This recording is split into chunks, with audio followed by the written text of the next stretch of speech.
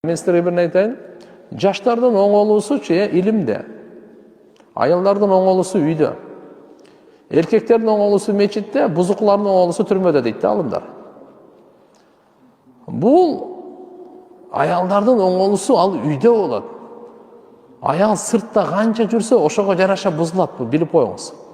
Бұзылу дегендері сөзсіз зына қылып, арақ ішіп кетеді деп атқан жерім жоқ.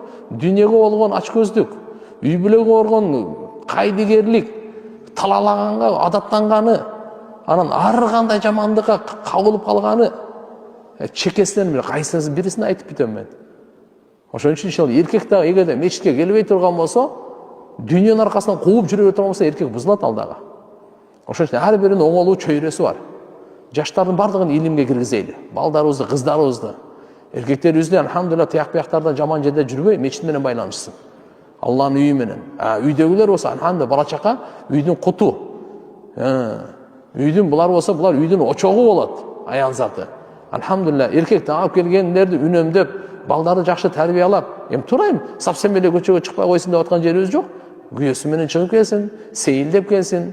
Машалла, умрага барып келсин, ажыга барып келсин, даватка чыгып келсин, туган уруктарга барсын жакшылык жамандыгына. Анча-мынча эс алып келсин, бирок махрамы менен, бирок жөн эле көчөдө жүрүп алып эле жарым жылаңач болуп, нар жак жерде кыдырган ал болбойт ал.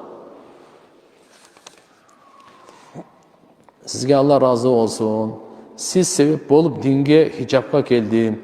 Сиз 2018-жылдары муфтиятта иштеп жүргөндө сиздин колуңуздан Куран алганмын. Азыр Алланын каалоосу менен сиз себеп болуп Куранды бүтүп хафизалык ижаза алдым. Алла даражаңызды эки дүйнөдө бийик кылсын, Алла разы болсун. Машалла. Алла разы болсун иншалла. Башкаларга дагы ошо Куранды үйрөтүңүз, ошого мээнет кылыңыз. Жараткан даражаңызды бийик кылсын. Чоң рахмат. Биз ажырашып калганбыз. 3 уулум бар. Атасына бербей эле койсом туура болобу? Мага Жумабай кызы Ыкыбал дуа кылып коюңузчу. Адал эмгек менен балдарымды багайынчы. Алла разы болсун сизден. Урматтуу карындашым, мындайда мен эжемди билбейм, кандай болсоңуз дагы мусулман айым. Мына 3 уулум бар деп атпайсызбы? Атасына бербей койсом бул шариатка туура келбейт бул. Бул атаныкы, все равно бол. Куда каласа багып, туура мындай капалы, мындай капа болгон эмелериңер бар чыгар. Бирок шариаттыга карай турган болсоңуз, бул балдарды бакканга ата милдеттүү. Мейли эгерде бакпай атса, сиз аракет кылып атасыз, Алла разы болсун. Бирок жолугам десе, учурашам десе, тыйганга толук акыңар жок. Каратып кое бериңиз. Бул дүйнө ушундай дүйнө, бүгүн бар, эртеге жок. Эрте кыямат күнү атасынын аты менен чакырылат. Кандай болгон чакта да өлгөндө деле атасынын аты менен коюлат. Ошон үчүн иншалла карап туруп, атанын белинен кандай болсо дагы ата, жаман болобу, балай болобу, все равно ата.